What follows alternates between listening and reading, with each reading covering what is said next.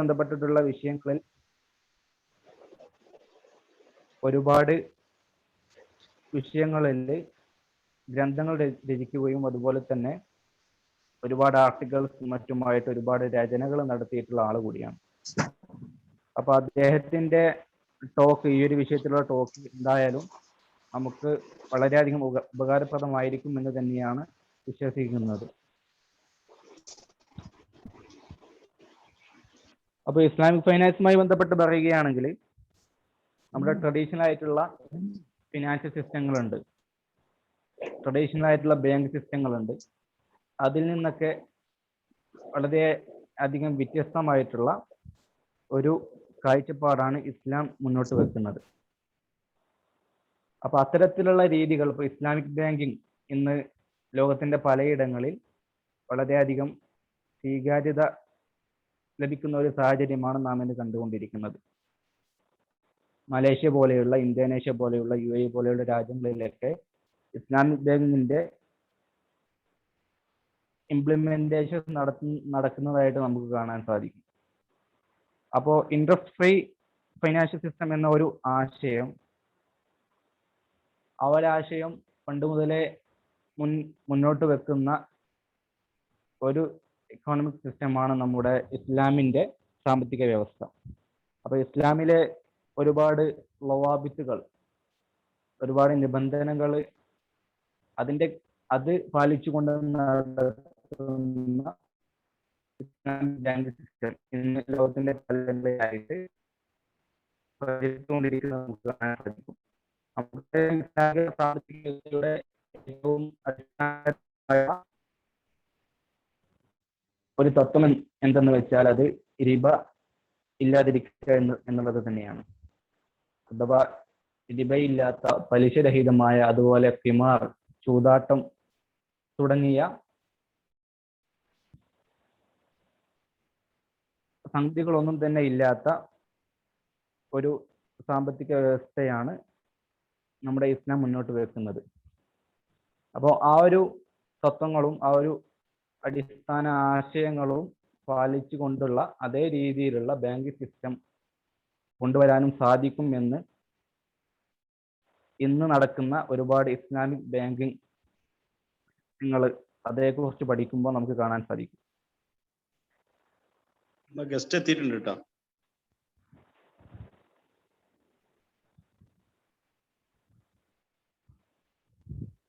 അസ്സലാമു അലൈക്കും. വലൈക്കും സലാം വറഹ്മത്തുള്ളാഹി. വലൈക്കും സലാം. Sharik Nizar sir, can you hear me? Yes, sir. Okay. Then we can start now. Assalamu alaikum wa rahmatullahi ta'ala wa barakatuh. Bismillah walhamdulillah. Assalatu wassalamu ala ashrafi rasulillah wa ala alihi wa sahbihi ajma'in, amma ba'd.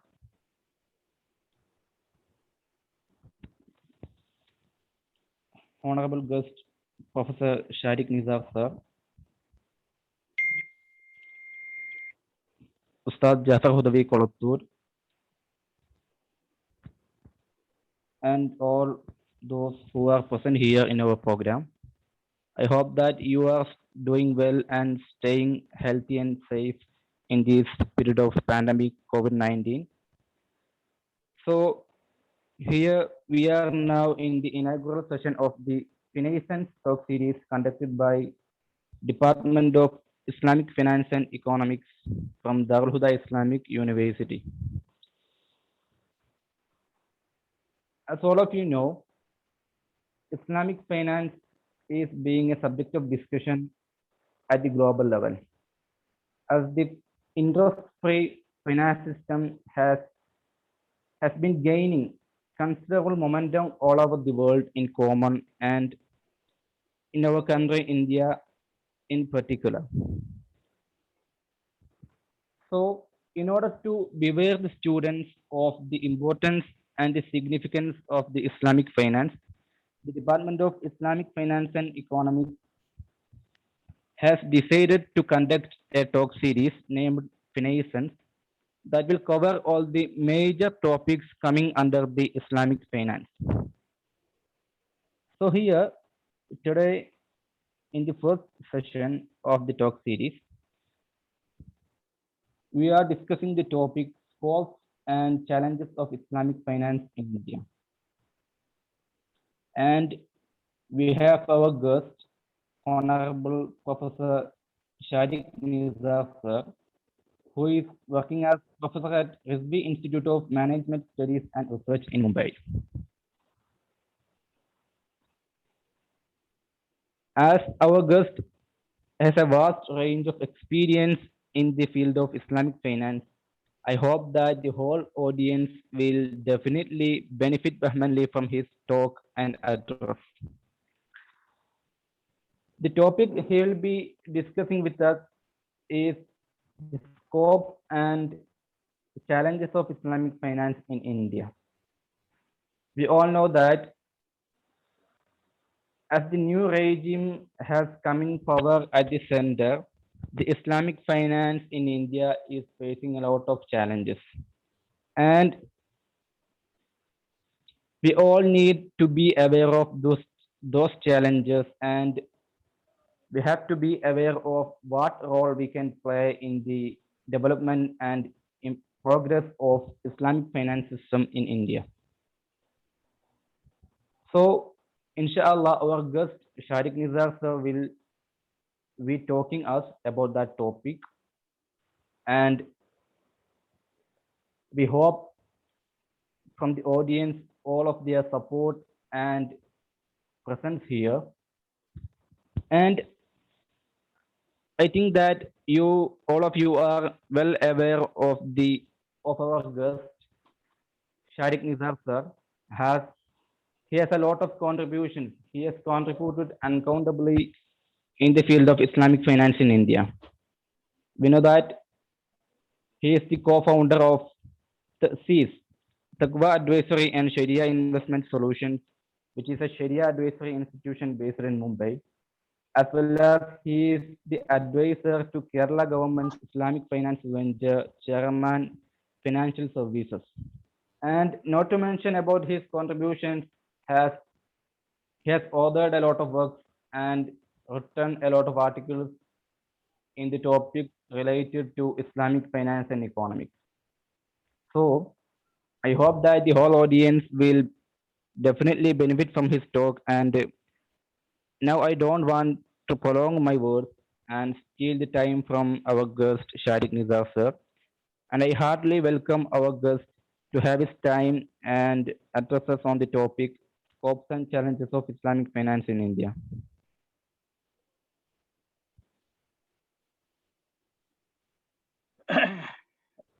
Shukriya, Jazakallah, my brother, and thank you very much to Darul Huda Islamic University for inviting me to share my thoughts on this subject. First of all, I'm grateful to Allah subhanahu wa ta'ala for giving me this opportunity, and I pray to Him, Rabbi shrah li sadri wa yassir li amri wahlul 'uqdatam min lisani yafqahu qawli Rabbi zidni ilma. The topic given to me uh, is such that I've been speaking on this topic for almost 20 years now. And I was thinking that in what context, in what perspective can I talk to you with, so that I don't look repetitive, because most often we have to start with ABCD of Islamic finance. And there are reasons for it. Many a times there are new students, many a times there is a new college inviting me, and many a times uh, this is also a fact that unfortunately we have not grown as a country in the field of Islamic finance. So instead of picking up new topic, more challenging topic, a deeper topic, we do not get many opportunity to talk beyond the basics of Islamic finance. So this thought has been in my mind, that what difference could I make so that my previous presentations and this one which is given to me uh, is differentiated, number one, so that I'm not repetitive. At the same time, I do not talk on a subject which is in the minds of this audience, which is most likely new students. It goes too high from their level. So I have tried to balance between these two needs in my couple of slides that I have noted down here. I will be showing my slides, but at the same time, I would want uh, all these students, especially the youngsters, to to to make a note of what I'm saying, and please feel free to ask me questions after my presentation is over. I will try to keep my presentation as short as possible, only for the reason that I can give you more time to talk about your questions in mind. Uh, so that's my request to you all. I hope that you have freedom to ask me as many questions as you want, and I will also try to make sure that I'm able to address all your concerns and all your questions. With this, may I start my presentation and share my screen? Okay.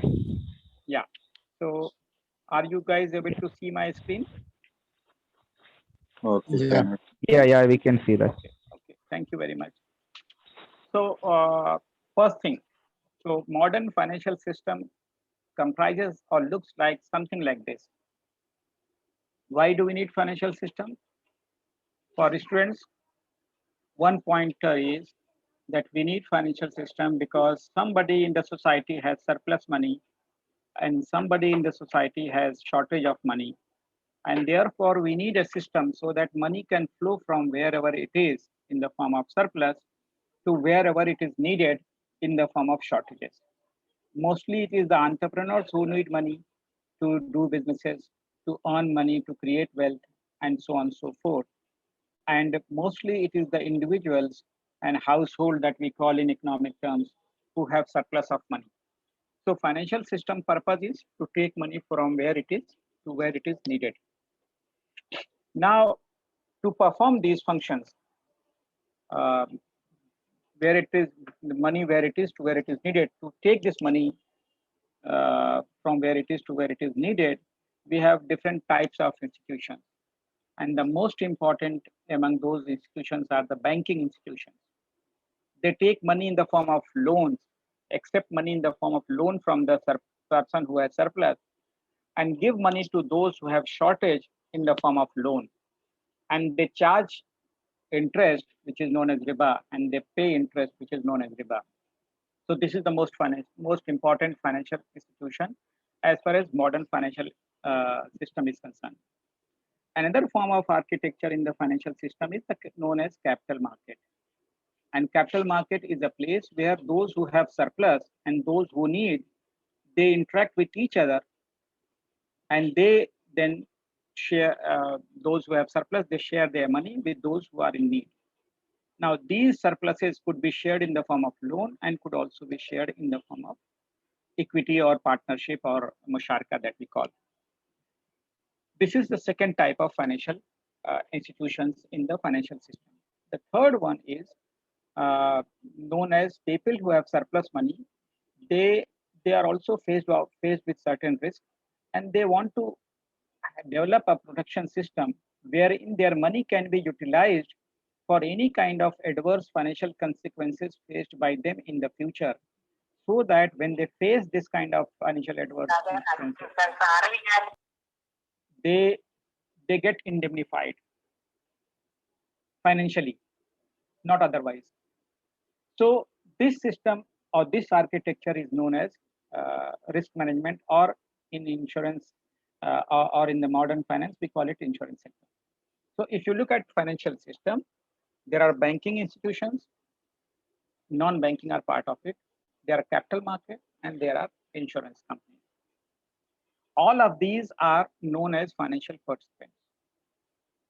The place where these institutions, all of these institutions formally meet is known as financial market. The mechanisms, the instrument through which these institutions and individuals participate through each other or interact with each other or exchange their liabilities and assets are known as financial instruments. And to control all of these, we have, and to manage, to protect consumers' interest, to maintain financial stability and to maintain market confidence, we have financial regulators. And finally, to support all kinds of services to these institutions is known as financial services. So all kinds of registry, all kinds of transaction, all kinds of account holding, mergers and acquisitions, etc., etc., etc., is known as financial services. Overall, this is known as financial system. So this is whole financial system. Now, as I said, the most important component of uh, this is the banking system, which works on the basis of interest. Because this whole system was developed post-industrial revolution, and the system was developed on the basis of riba, our scholars said that this system is haram, and therefore we should not participate in this. Therefore, the entire modern financial system has evolved without Muslims' participation in this. Now, one mistake that happened, I'm not saying this happened deliberately, but one mistake that happened in the process is that when you are out of the system, you are going to get further away from the system, and you are not going to get the system work in the way that you want. So when we abstain from financial system, obviously nobody else is going to give us the system that we want to have. Who is going to give us riba free system if we have prohibited ourselves into the system or from the system? If we do not go and participate in the financial system, other communities are not going to look at that, okay, let us also, our poor Muslim brothers are not participating, let us give them a Islamic option. It was our responsibility to create a system, but we abstained from the entire system, saying that entire thing is haram. And therefore, in the process, we got ourselves cut off from the system.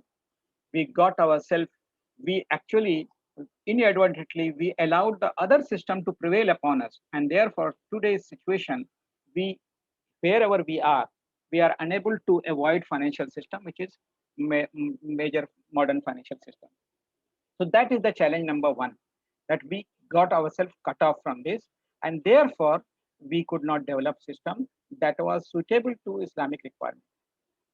When the Islamic countries, when in Muslim countries or the colonial power started leaving, and the Muslim countries started to emerge out of independence struggle, then only Muslim scholars and Islamic scholars realized the importance of having a financial system that is in alignment with the Islamic requirement. And therefore, the whole Islamic effort of Islamizing financial system, or whatever we call it, that emerged. And in our country also, this emergence of Islamic finance happened in different phases. Uh, First one is 1920s to 1960s. Basically, this is the period when the Islamic economics writings, articles, expositions started to emerge. There were two reasons. One was the critique of the mainstream financial theories of interest, etc., etc., and another was expounding or explaining the Islamic position on interest and riba, etc., etc. This was 1920s, 1960s. After that, between 60s to 2000, we see the emergence of types of Muslim financial institutions, Muslim finance companies, and some mainstream financial products like data, etc., etc. So this is the period. I'm not going into detail, but after the theoretical exposition, we started seeing emergence of some kind of financial institutions looking at the specific sentiments of Muslim community, and therefore they started to emerge on the scene. In this process, there is also emergence of uh, many fraudulent finance companies also, but that is not the subject. When beyond 2000, government and regulation, I would say regulation more, regulators, Indian finance regulators, they started to take interest in Islamic finance, nature, activities, etc., etc. This is also possible because in many other countries, Islamic finance has started to emerge faster than our country, India. And therefore, Central Bank, Reserve Bank of India, which is Central Bank of India, established a committee. Then some private finance companies emerged from Kerala, and then other kind of things, and then mainstream stock exchanges, they started Sharia indices, etc., etc. So those things started to emerge post 2000. So this is how the trajectory of Islamic finance is. Now, beyond 2000, we see greater interest from the community, regulator, and financial institutions, all three. And I'm not including political system. I'm saying regulator means Reserve Bank of India, Securities and Exchange Boards of India, etc., etc. And they started to have some kind of serious interest in Islamic finance practices and products, etc. This is the period when the regulator is working independent, but community also started promoting Islamic microfinance institutions, whether it is in the form of societies, cooperatives, or some other form. And then some private sector also started taking interest, and then wealth management, P2P, etc. So as we talk today, there are scattered efforts in the form of Islamic finance at different levels. May I request the organizers to kindly look at the disturbances happening on my screen, because that is affecting my flow of thought. Thank you. Thank you. So this is how Islamic finance history in India in a nutshell, 2-3 minutes I said about. Now, as I said, in any country, there are three major structures of financial, or three major pillars of financial system. Central bank in any country normally controls monetary policy, banking sector, payment system, and non-banking company, etc., etc. In our country, Reserve Bank of India is assigned that role, and within that structure, we have which is banking sector regulator. Islamic bank is not allowed at the moment. We all know about that. I will not spend my time on that. But we have one example of Islamic finance companies or non-banking finance company, that is Cheraman Financial Services Limited. And Kerala should be so proud that the only company in India which is under under Reserve Bank of India and working on Islamic principle is from the state of Kerala. It is facing a lot of challenges, but it is a kind of light, it is a kind of candle, and it is kind of example for every other state which is interested in having sympathies with Muslim community and financial inclusion. So Kerala has done a great in this regard, and we have an example under RBI.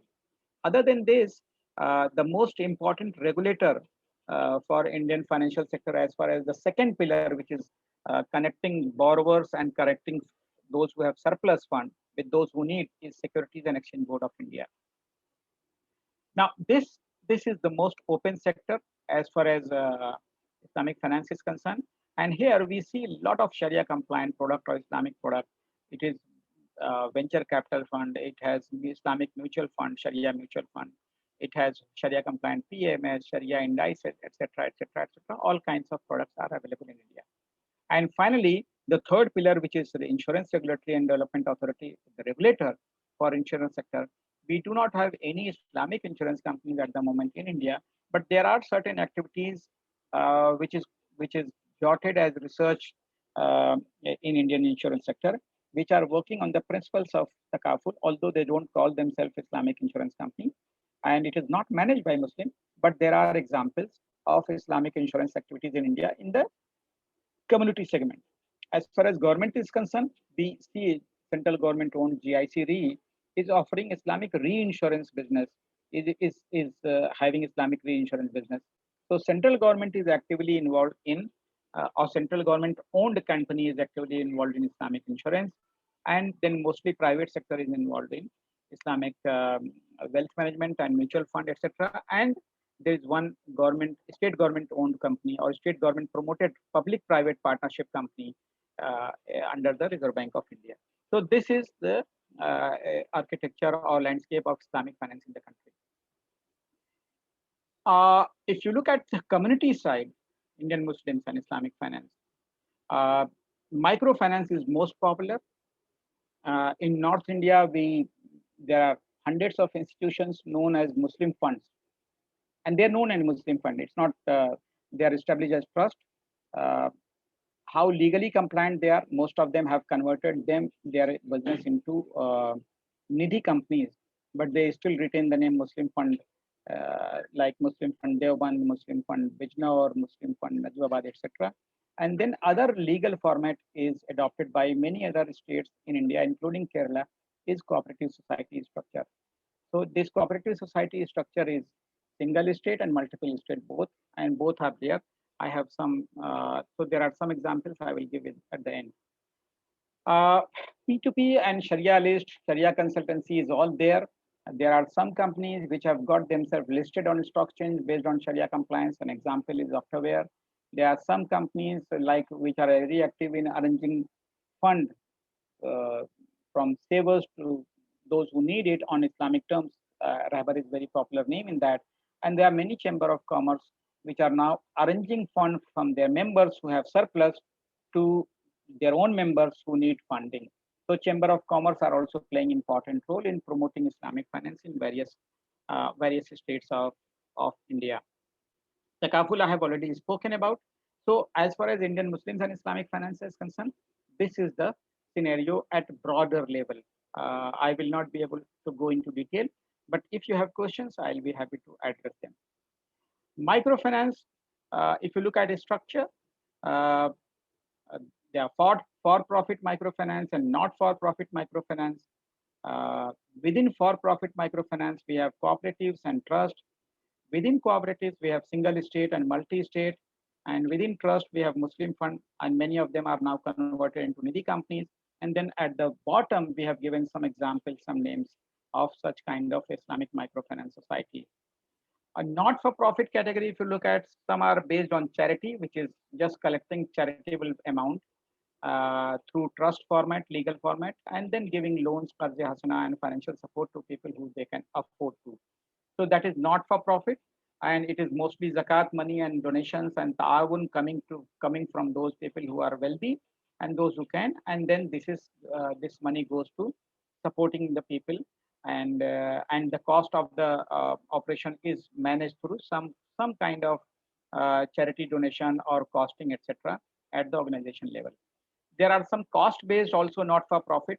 They will recover cost through service charge, and within that also the cooperative structure is very popular. For example, in Mumbai, we have Baitul Nasser Urban Cooperative Credit Society. This accepts deposit from member without paying anything to them, and gives loan on service charge basis, gives financing on profit and loss sharing basis, and also gives loan on some other recovery mode. So it recovers cost of operation from the beneficiaries who are mainly borrowers. So microfinance is most popular in our country, India. Uh, this is something about the strengths and weaknesses. Uh, Strength, I have spoken a lot on Islamic finance strength. Uh, Today, I'm not very happy about talking about the strength, but still to list those strengths. One thing is very sure that India is one of the largest economy globally with manufacturing base. And if you look at the number of Sharia compliant options, that is also very strong. And Indian people in finance industry, they are also quite adept and quite good enough. But these are theoretical strength. If you look at the community strength, we are actually weak in all respect. And that is the problem we are having.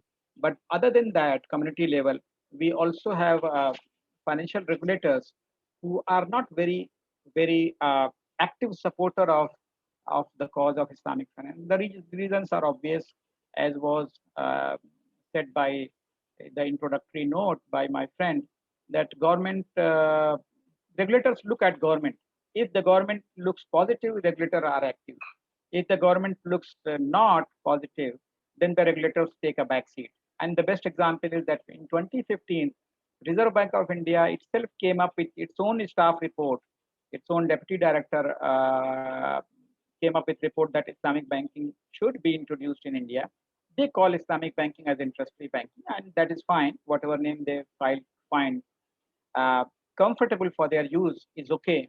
And RBI came up with that report recommending Islamic finance as interest-free banking, but that was never accepted by government. So regulators also know that the government mood is not such, so they take a back seat and they are not very aggressively following up on that recommendation. But Reserve Bank of India has recommended Islamic banking, and that is yet to be accepted by government. Financial sector, as we all know, that most of the banks are sitting on huge pile of non-performing loans, and every year government is writing off huge amount of loans to the tune of 150 lakh, 200 lakh, etc. crore, uh, uh, and uh, and financial sector not doing well. So obviously banks and financial institutions are not willing to experiment with other kinds of banking model. Most important reason in the financial sector and weakness for Islamic finance is human capital is not ready yet. When I say human capital is not yet ready, it doesn't mean that Islamic finance educated boys and girls are not in our country. I'm so happy to see that people from North India to Kerala to Tamil Nadu, they are going to in Malaysia, they are going to other countries learning Islamic finance. But when they are coming back, they are not getting employment opportunities in the country because there are not enough players, because they are not enough compensated. So when these boys spend a lot of money on acquiring Islamic finance knowledge from other countries, and when they struggle to get a good job, it is very painful and it is very discouraging to see that these young boys are not able to get employment, although they are very committed to work for Islamic finance cause. So that is a big weakness as far as Islamic finance is concerned. In fact, if you look at weakness, uh, the entire community's perspective, if you look at the Muslim community, you will not find Islamic finance is as one of their priorities.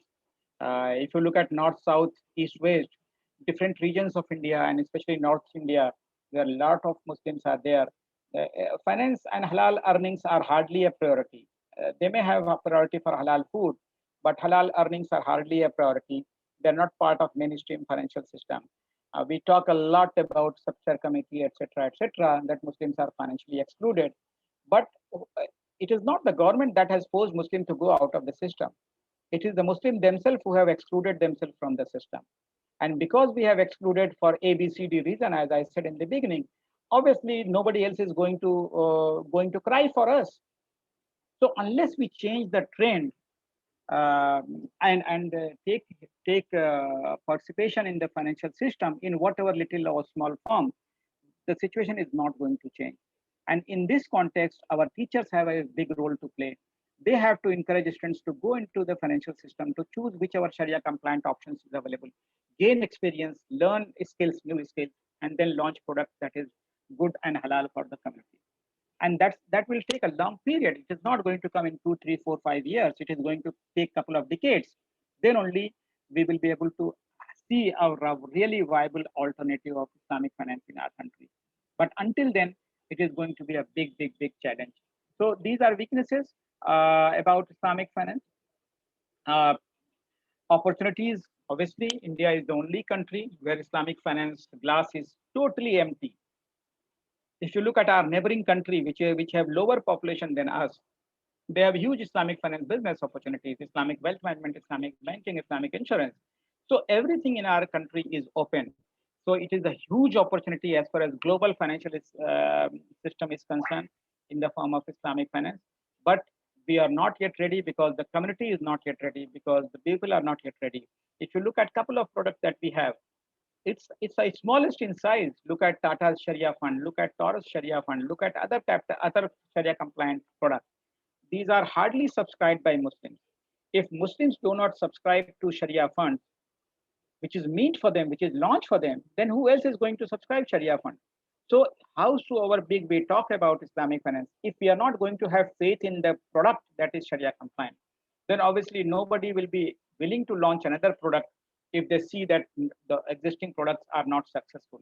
And that is where I would want to request all my boys and girls that please look at this, that if we are committed to Islamic finance, we will have to support Islamic finance by subscribing to those schemes.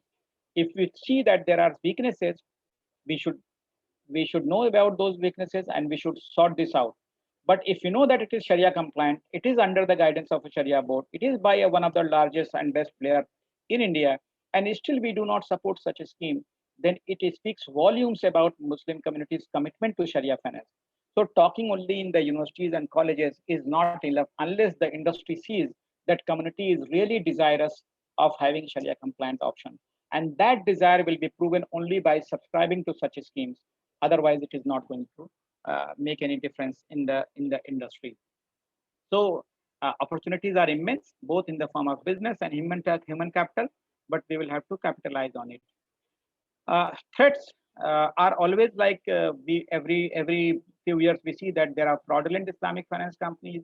They come offering returns 2%, 3% per month, and fleecing with public money of hundreds of crores, thousands of crores. And very good example of Bangalore is still in the news that 4,000, 5,000 crore money was taken by a company called IMA, and a lot of politicians and bureaucrats and everyone is involved, including our scholars who are innocent people. They are cheated by the promoters, and it's our scholars who are not familiar with Islamic finance transactions, who do not know what question to be asked. They fall prey to these kind of people, and then their years of image created, years of effort created towards building image, building institutions by these scholars, they are discredited in a matter of months and days. So my advice to scholars is also to remain very careful about fraudulent companies, to not to get associated with such companies, because it will not only spoil their own name, but also the name of their community and the religion and the cause of Islamic finance. And but that is very regularly happening because Islamic finance literacy or financial literacy of Muslims in the country is very poor. They are very easily exploited by the people who are seemingly good, who have beard, who look very innocent, but then these people exploit the community's financially as well as emotionally. So these are threats of Islamic finance. Uh, Strategies, there could be many, but it all depends on what kind of uh, strategies we wish to adopt, because uh, the strategy which is good for Kerala may not be good for UP. The strategy which is good for Hyderabad may not be good for Delhi. So strategies are local, but what I think the community should do is community should start with low-hanging fruit, develop some interest, some expertise in from the capital market, because capital market regulator is very open, and some of very bright students of Islamic finance in Kerala are doing some very excellent job in this field. So they are offering Islamic finance products by having a distribution company, and those kind of efforts should be there. So number one, as I said, that Islamic finance needs a long-term sustainable effort to come into the mainstream business and academia. That is one. Uh, Whatever different government schemes are there, if we can find Islamic finance fitting into those schemes, we should capitalize on that. Whether it is CSR, NGO listing, or financial inclusion, Make in India, etc., etc.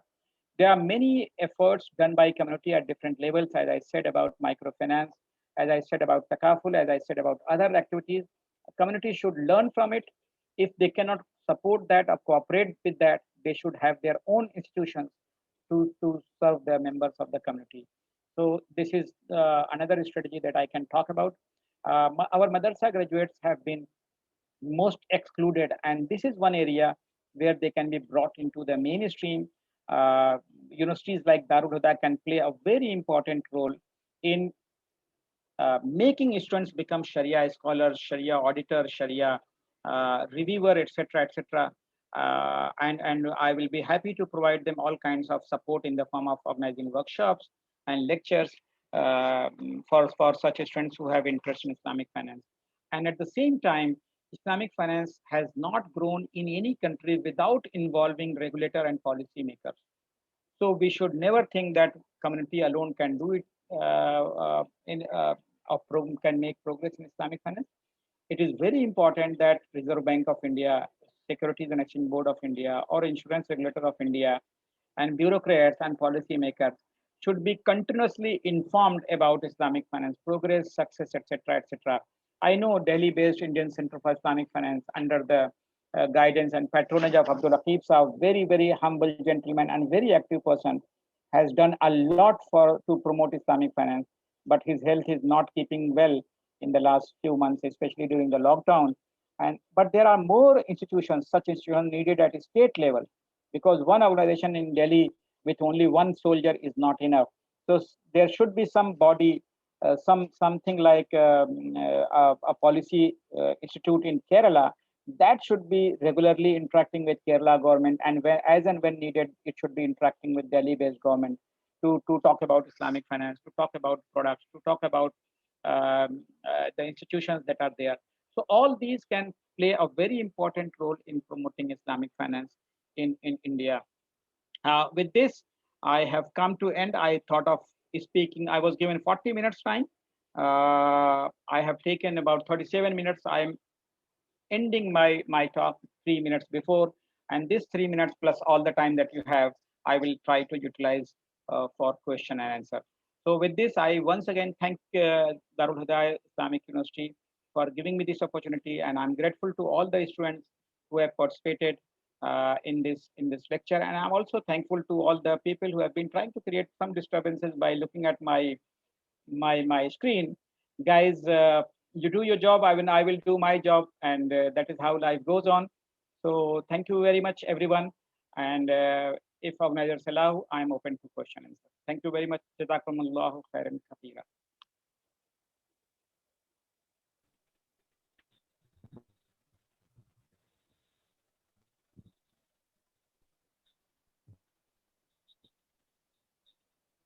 Over to you, organizers. Okay, thank you, Sharida, sir, for your awesome presentation. We hope that the whole audience has benefited greatly from this presentation and this talk. And it is time for the introduction. And those who want to ask questions, I can't hear you very properly, my friend.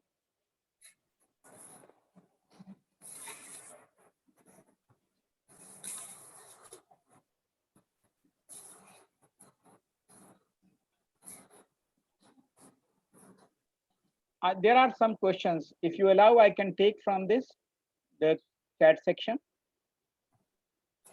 Yeah. Sir, can answer. Okay, thank you. So Ashraf is asking, if Islamic banking allowed, how would our monetary policy work? This is one. As we have repo rate as our policy rate, and monetary authority using a policy rate to manage liquidity in the economy. Uh, this is a very genuine question, very important question. But we have to look at those countries where this problem is already resolved. Now, when I say this problem has been resolved, it doesn't mean that it has been resolved to the satisfaction of 100% people or everyone. Those resolutions could be partially Sharia compliant, fully Sharia compliant, and not Sharia compliant in somebody's views. So those debates will continue to happen. There is no solution that is 100% Islamic at the moment, and then it will remain 100% Islamic all the time in future, because business is always dynamic. Business will keep changing depending upon the environment, depending upon the regulation, depending upon technology, and accordingly, the product will also keep changing. For example, today we are making payment without using checkbooks. How many people are using checkbook today? Although your bank is issuing you checkbook. So it doesn't mean that bank will always make changes, make payment, allow payment as it used to be. Tomorrow there could be some other ways of making payment. Today we have seen, yesterday we have seen. So similarly, monetary policy will also change. There are some genuine concern with regard to monetary policy, uh, and some countries have developed mechanism, index-based mechanism of having monetary policy. Some countries have tawarruk-based mechanism for Islamic finance, Islamic monetary policy. Some countries have sukuk-based mechanism for Islamic monetary policy. But I think in our country, this is still many decades. We we we will have this challenge after 10, 15, 20 years, or maybe when Islamic banking is launched. Now, if one aspect is very challenging, it doesn't stop us to look at other aspect which is easier. And I'm not trying to skirt that question. I'm not trying to avoid that question, but I'm saying that if we try to pick up the hardest problem, we will never be able to solve a problem. If you are given a problem, try to see if you cannot solve the whole problem, can you solve a portion of it? Can you solve a smaller portion of the problem? Because otherwise, if you look at the hardest section of the problem, then we will not be able to make any move. I do not know if it is appropriate to give example here that even during Prophet's time, what was the last prohibition? Do we have any lesson in that? Could we think that Prophet should not have moved because the last prohibition should have been the first one? Do you think that it would have been easier for him? Do you think any human, any guidance from Allah subhanahu wa ta'ala in that direction? So if we cannot have a 100% satisfactory Islamic solution, it doesn't absolve us from exploring solution in whatever small and little way we can. So that is what my suggestion is, that there are number of ways through which Islamic monetary policy can be organized. There are few examples already in those countries where Islamic banking is allowed, like sukuk based, tawarruk based, and some other kind of index based solutions are there. But even if you are not satisfied, nothing stops us exploring other options. For example, Bank of England has issued paper on Islamic liquidity management. How many of us have read? How many of us have commented on that Bank of England should do this or not? And this solution will come only when we have involved ourselves to understand and appreciate the problem of other party, and also we understand Islam.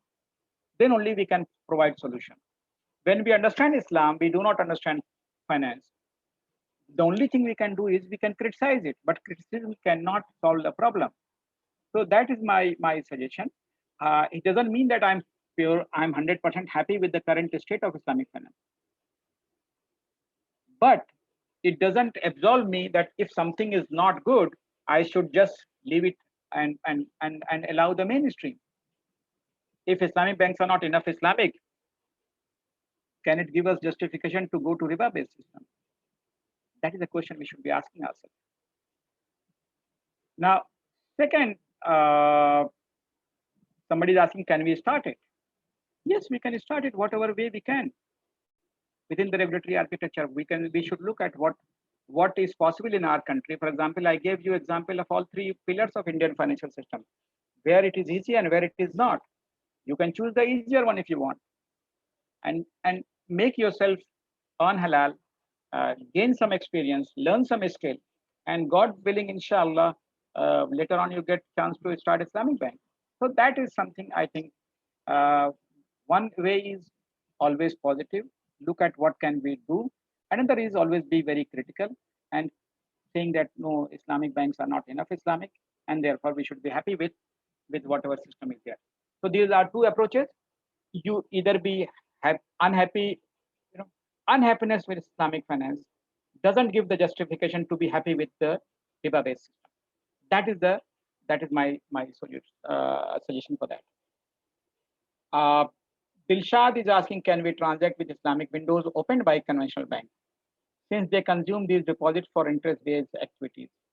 Even conventional banks, Islamic windows do not use these funds for non-Islamic activity. That is the reason why they have windows.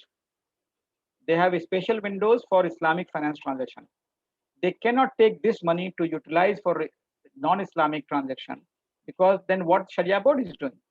It is the responsibility of the Sharia board to make sure that the money collected on the promise of Islamic and Sharia compliance is not utilized for interest-based transactions. So that is the responsibility of Sharia advisor and Sharia board.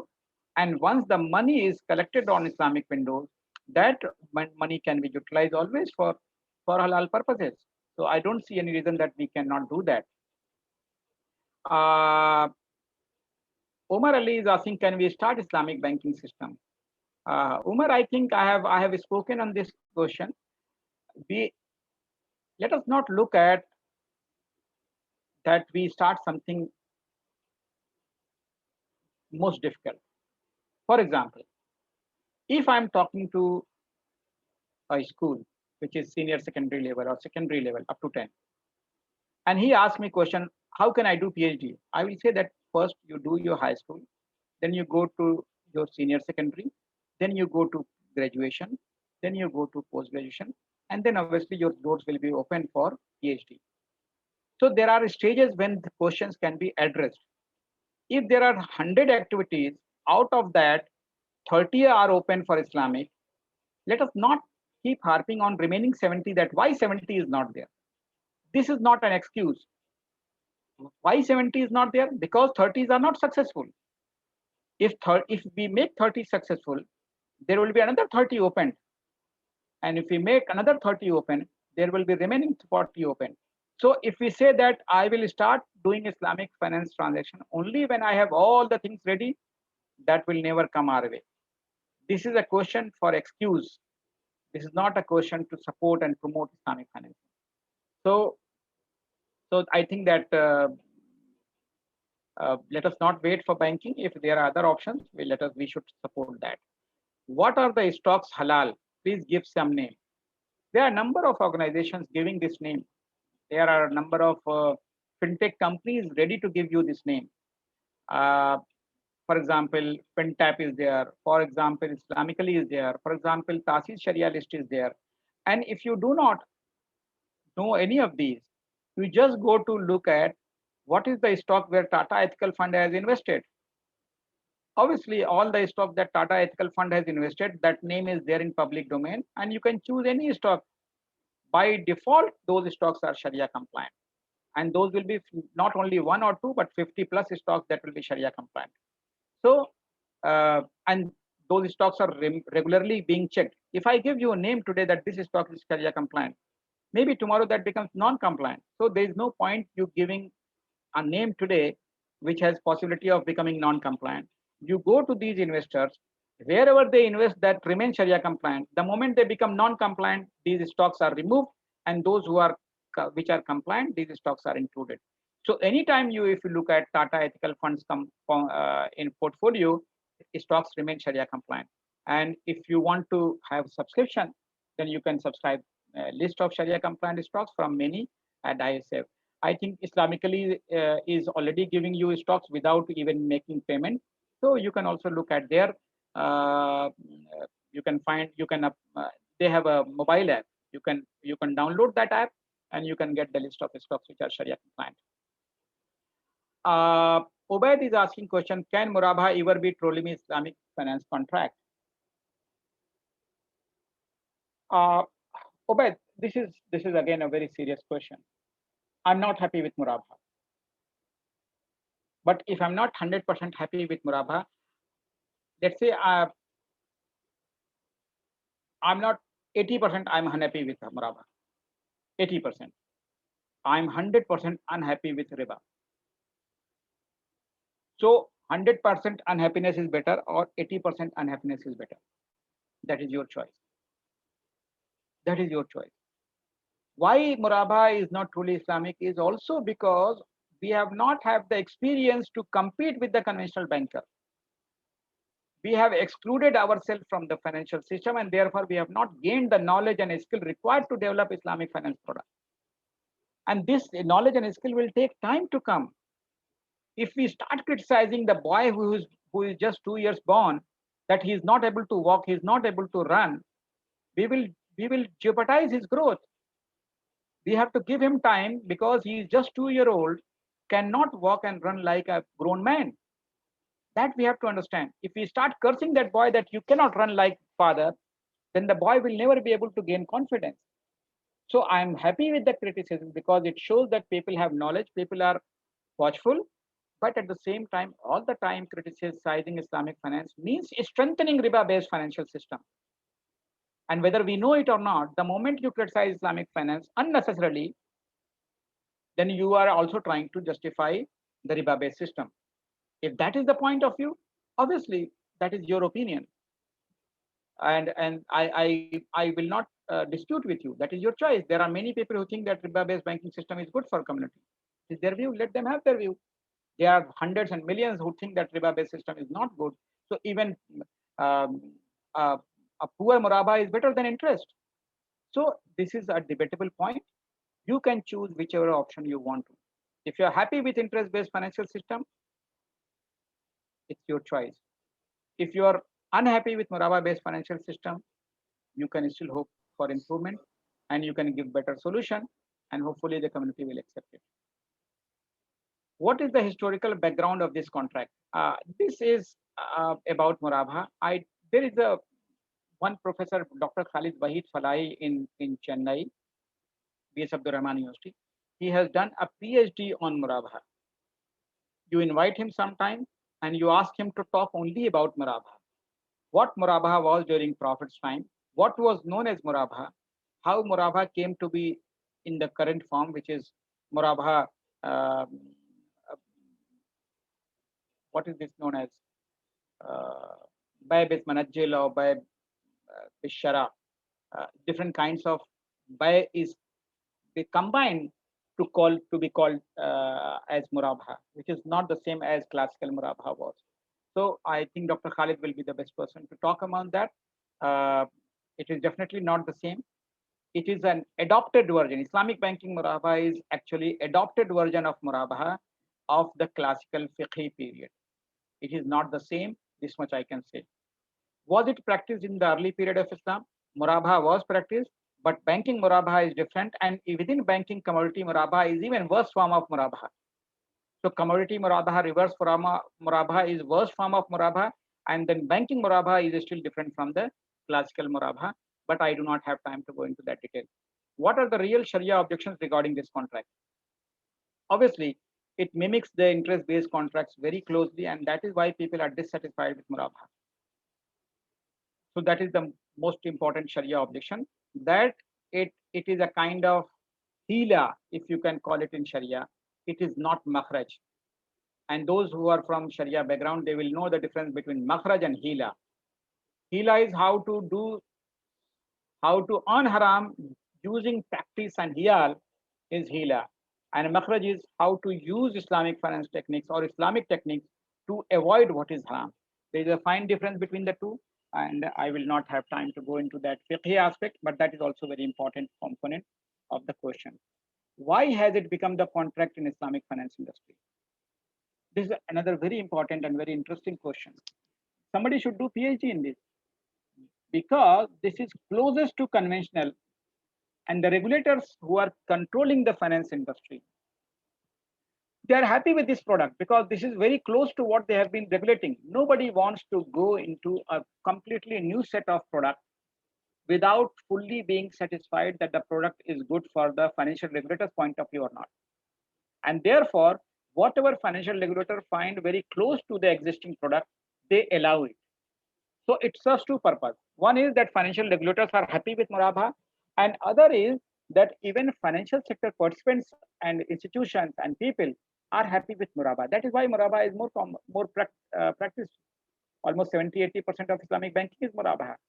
If you take reverse Murabha and other kinds of Murabha, it can go to 80%, 85%. So that is the reason, because it is easy to construct, it is easy to understand, it is easy to regulate, it is easy to manage risk from banking point of view. And that is the reason it has become very popular in Islamic finance industry. Then I have heard that Umar Ali is asking, Balaka Islamic banking system was about to start in India, but faced some problems to start. Is it true? Umar, you are from Kerala. You should be knowing about that business more. And if you have interest, please go into that detail, try to understand. Al Barka is known as Cheraman Financial Services Limited. It is still working. The name has changed to Cheraman Financial Services Limited, and it is based out of Kochi. Please visit them, please visit their website, try to understand what they are doing, how they are doing, and then come to ask question. I'm not going to give you answer because you have access to this company and you will be able to find answer yourself. Uh, so, but face some problem? Yes, they have faced some problem, but I'm not going to talk about that problem. You will find yourself. Uh, Niaz is asking how we convince the legal issues in India, especially in the case of Islamic Bank. My friends, I've been telling before also, let us not look at the hardest problem. When somebody aims to go to Everest, before going to Everest, they conquer so many small peaks. They learn by climbing so many small mountain peaks here and there. They practice. Nobody has gone to Mount Everest without conquering those shorter heights mountains. So let us not look at, if you are looking at how can I do PhD when you are in high school, I would say that let the time come. Please complete your education. Otherwise, your dream will remain a dream because you will never reach there. If you have completed all that, then we can address this question. So Islamic banking is the last one. As far as Indian economy is concerned, Indian financial sector is concerned, let us look at supporting Islamic finance product, which is there already in the country. And through that, we build a stronger case for Islamic Bank and Reserve Bank of India to consider Islamic banking. When Reserve Bank of India will consider Islamic banking, when it sees that Muslim community is supporting Islamic banking, it will not look at what Muslims are asking. It will look at what Islamic finance products are doing. If Islamic finance products are very successful, these business houses will convince Reserve Bank of India to allow Islamic banking. You will not have to fight for it. But when we keep talking, they know that Muslims are only talking. They don't have commitment to Islamic finance, because if they had commitment, they would have made other products successful. So please understand that business products will be launched based on the success, not based on what we want. If we want really, we should be supporting those products, which is already there. So how we convince the legal issues? Legal issues will be resolved. It is not in our hand, but we can resolve. Can we consider the health insurance company as some charity organization the policyholder consider as donator, as they do not provide anything in return? This is fiqhi question. There are some scholars who consider so. And I think this is injustice if I issue a fatwa on this, because I'm not a Sharia scholar. So while I have my own opinion, but because the nature of question is such that can it be permissible, this is a question I would think that it is best addressed by some Sharia scholar and not by me. What is your view on chain type of business? Tausif is asking. So Tausif, I don't understand your question. If you are talking about MLM, multi-level marketing or something like that, one thing I surely see in that is gharar, and gharar is also prohibited. So I'm not very happy personally with that, because whatever Allah subhanahu wa ta'ala has prohibited, that remains prohibited. Beyond that, government and the system also reserve the right to prohibit something and permit something. Looking at public interest, looking at public's customer protection, etc. And those things also has to be kept in mind, that there could be additional restrictions beyond the Sharia restrictions for the good of the community, for the good of the industry, for the good of the financial sector. And that doesn't absolve us that whatever bad scheme is coming, even if it is not coming directly under fully Sharia prohibition, still it can be prohibited by regulator for other reasons, and gharar is also one of them. What is then why Islamic banking institution not known as bank in India? Mukhtar is asking. Mukhtar, my friend, your question seems to be coming from a very young student. Let me tell you this, that any financial institution which doesn't have banking license cannot call itself bank. And therefore, if we do not have a bank which is working on Islamic principle, we cannot call any other financial institution as bank, because they do not have a license of bank. To call yourself bank, you must have banking license by law. Just like if you cannot call yourself doctor unless you have doctorate degree. And if somebody is doing that without degree, then that person is cheating actually. That person is misrepresenting actually. And therefore, institutions which do not have banking license cannot call themselves bank. Even if they are into financial sector, it doesn't mean that they can call themselves bank. There is one company, one society in Western India, I do not want to name it, but they take pride in calling themselves as a bank, which is actually a fraud.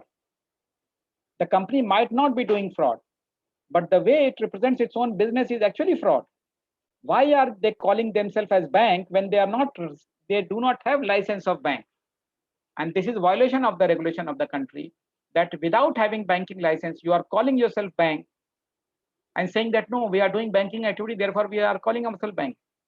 It is not. You cannot. Everybody who is giving medicine cannot call themselves bank, doctor. There are many quacks who are not qualified to call themselves doctor. They are giving medicine and calling themselves doctor. In the same way, there are many quacks financial institutions who are not uh, licensed to call themselves bank, but they call themselves bank only to fraud people, only to cheat people, and that is not a good way of promoting Islamic finance.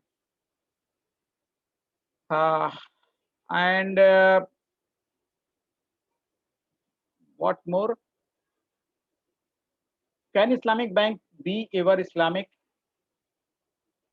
Mukhtar, if you think too much, we will not be able to move, my friend. We will not be able to move, my friend. Can I call myself 100% Muslim?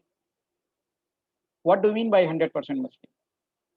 100% Muslim means I have never done anything, any wrong in my entire life. Then only I'll be 100% Muslim. Otherwise, sometime I'll be less than 100%, sometime I'll be nearing 100%.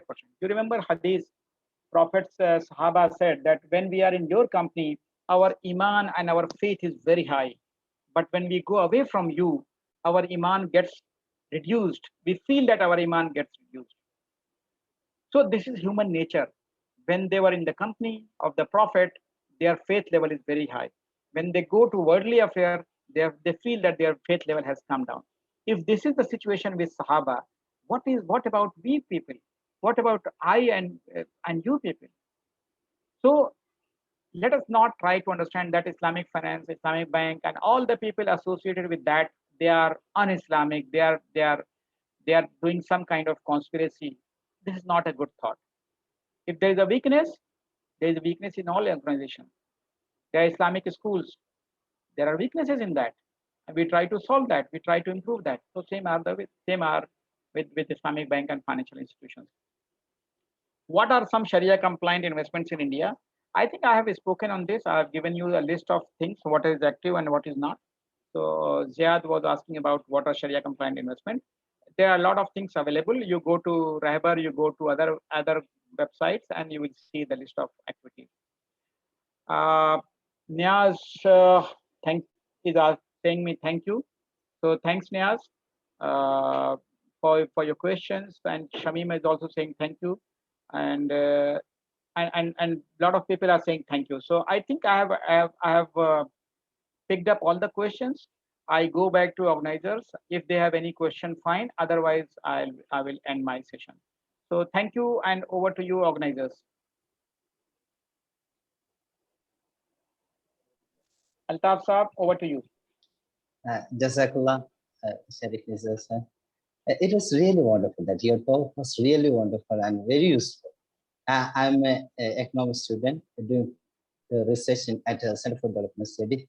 Really, your talk it fitted what an economist will expect from a person, from a resource person.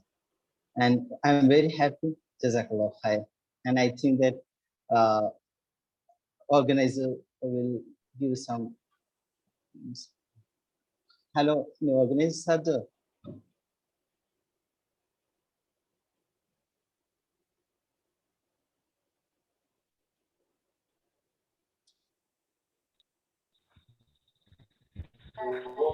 Discharge. Okay, Thank you. now we hope that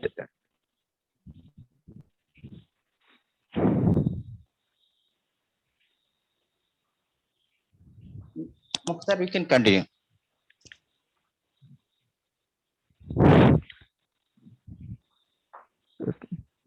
Hello, Mukhtar. I hope that this is time to conclude here.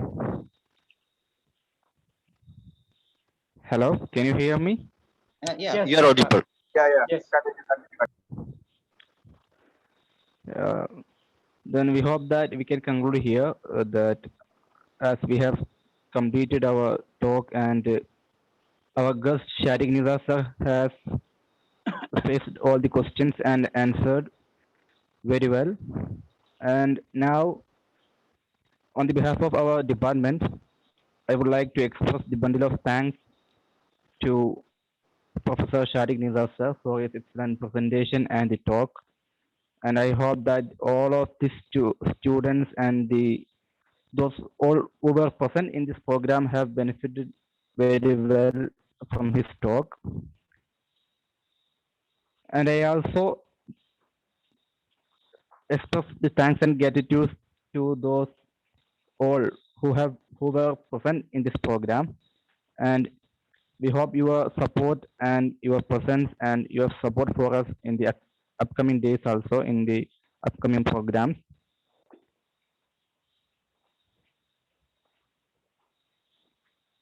And I think that we can conclude here. Thank you. Can I go now? Okay. You can Thank go. you. Thank you, Darul Huda University and all its organizers and Altaf and everyone who was in touch with me with this, for this program. I appreciate your encouragement and I look forward to supporting your initiative, inshallah, in future as well. Thank you very much and Assalamu alaikum wa rahmatullahi wa barakatuh. Wa alaikum assalam wa rahmatullahi wa barakatuh.